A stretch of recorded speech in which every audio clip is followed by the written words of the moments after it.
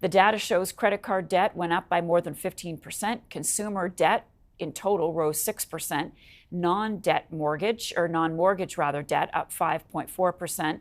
Non-mortgage debt for millennials rose by over 8%. Equifax says the effects of high interest rates are still not being fully felt on some homeowners because they haven't renewed their mortgages. The monitoring agency also says younger Canadians are relying on credit because of high inflation. With me now is Rebecca Oakes, Vice President of Advanced Analytics with Equifax Canada. Good morning. Thank you for being with us to discuss this. First of all, are you surprised? Were you guys surprised to see that credit card debt has really soared in the last 3 months? I mean, it's not a huge surprise. Obviously, we have some seasonality that comes in because it is the holiday period. And we saw throughout 2022, we saw spend really starting to increase. I think the actual growth which we saw in the last quarter, that definitely was higher than we were expecting. And it's kind of coming from two things. As you said, it's coming from those consumers who are really feeling the pinch financially. And it's also coming because we did have some population growth above average in the last 2 quarters. So it's kind of coming from a couple of areas. So credit card debt, according to Equifax, now totals more than $100 billion for the first time. How concerning is this and why?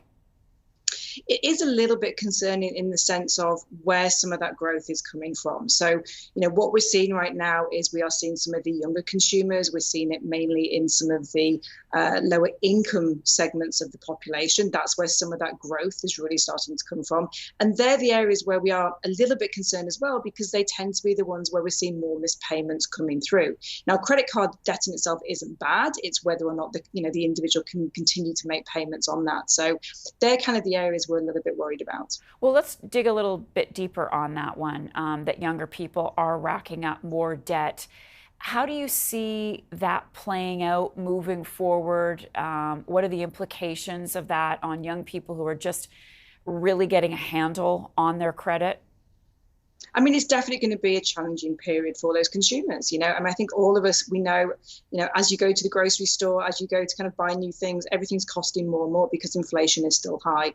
So I think it is going to be a challenge for those younger consumers for a period of time. And then later in the year, I think what we are concerned about is then future payment shocks for a different part of the population. So those mortgage holders who are coming up for renewals, interest rates may be significantly higher than they were when they took out that mortgage. So, there are a couple of areas where right now it might be the younger and lower income segments where we're seeing the most stress.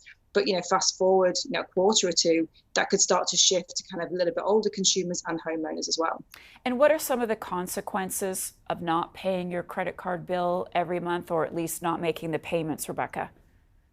I mean, obviously, the first thing is, your own well-being. It's not great when you end up in a situation where you have debts to pay and you are unable to make those payments. That in itself can have an impact on the individual. I mean, from a credit standpoint, as soon as you miss payments, that does start to impact your profile, how you look to other lenders in terms of credit. It can start to impact things like your credit score. So, it's really important if you are facing some financial difficulties to have those conversations with lenders. There are plenty of organizations out there that can help with budgeting and things. So there are options and ways to get help, but it certainly can help. It certainly can impact your ability to get future credit if you miss payments. Rebecca, thank you so much. Rebecca Oakes is the Vice President of Advanced Analytics with Equifax Canada.